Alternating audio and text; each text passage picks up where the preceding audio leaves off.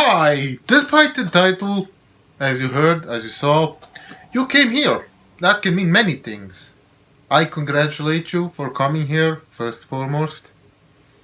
You might have clicked on this video out of curiosity, recommendation, but it's not limited to that.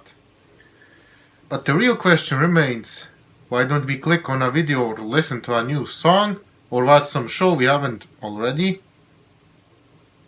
Or check things out which got recommended to us by either the algorithm or the friend or friends. I have a few reasons for that. These are just my observations, ideas. Either you ego or you are afraid to do new things, afraid of new experiences. Well, these are the main ones. Now, the other ones may include, but it's not limited to, not enough time to check things out, no interest, not having someone to share it. You might have interest in things, but you will rather find it out yourself than to get it recommended to you by someone. Same with everything. It doesn't matter what it is, whether it's something of old or very recent. People will bash on it. Doesn't matter if they hate it or don't know about it. Remember the hate on Nickelback? How many times will I circle back to them? I don't know. This is how far bandwagon trains can go. It is not limited to that, I want to add, since it is in, and everyone is on it. Why not I too? What's wrong? What could happen? How important is that here? Well, it is. It is tied to other examples. People don't like being recommended stuff, whether a friend of theirs shows them or someone talks about it. They will stick to what they know, the turf that they are most familiar with. So they will not seek out to do new things, new events, new stories to tell, new experiences to see. Bandwagon hate train that I mentioned, this is how far being ignorant to something can be. Just because everyone is on it, you wanna go too. You do that only if you know where it's headed. I'll explain that soon. We see how others act and conform to it. Conformity is a powerful tool. We follow it without questioning it. We follow things, but we should question it. Am I doing something wrong? Are they doing something wrong? On the other side, it's fear of standing out. If we don't question why things are the way they are, if we just keep on conforming to others, we will not be sentient, we will be scripted. There is more to that. We are stubborn.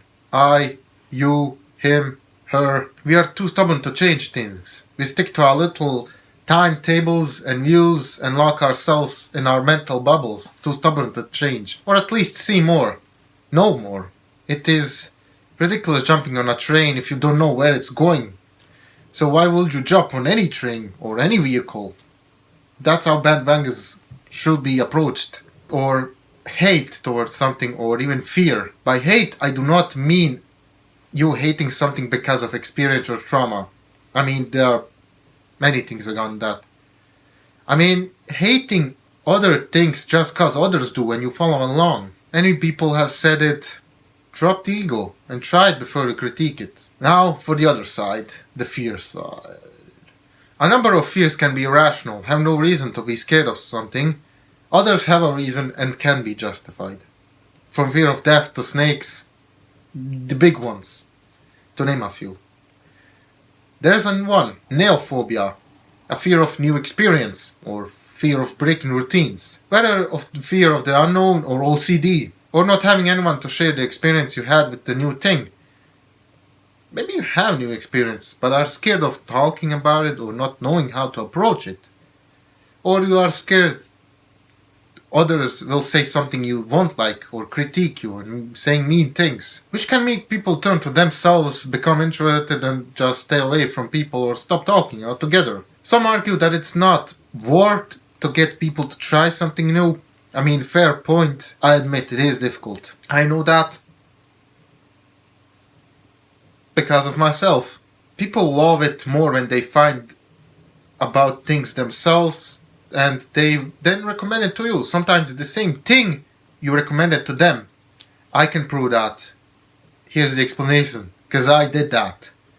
I've been recommended and talked about Rising Revengeance.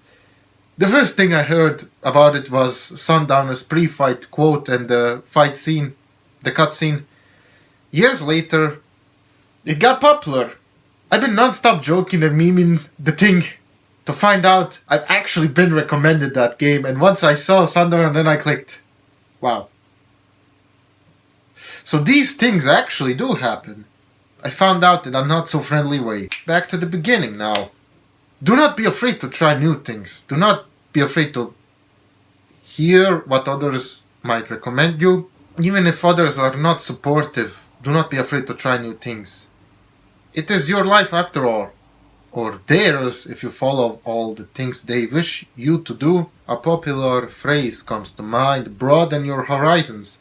I said that in my previous video. Spread out to more things. If you can have the time, then be proficient and masters of many crafts.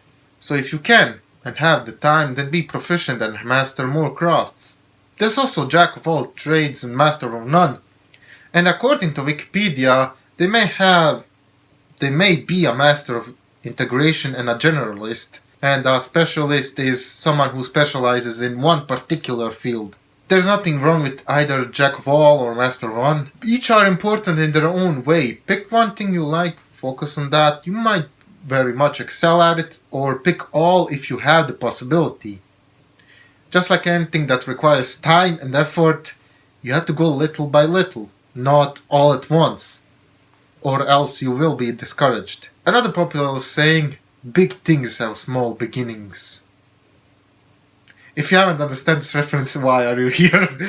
Now, that quote comes from Lawrence of Arabia. The first time I saw it was in Prometheus. It can be applied to many things. We humans started small. Rome wasn't built in a day. Everything takes time, and just starting out requires constant builds and upgrades. Your Hellcat, for example, was not the first car that was built or just spawned out of nowhere.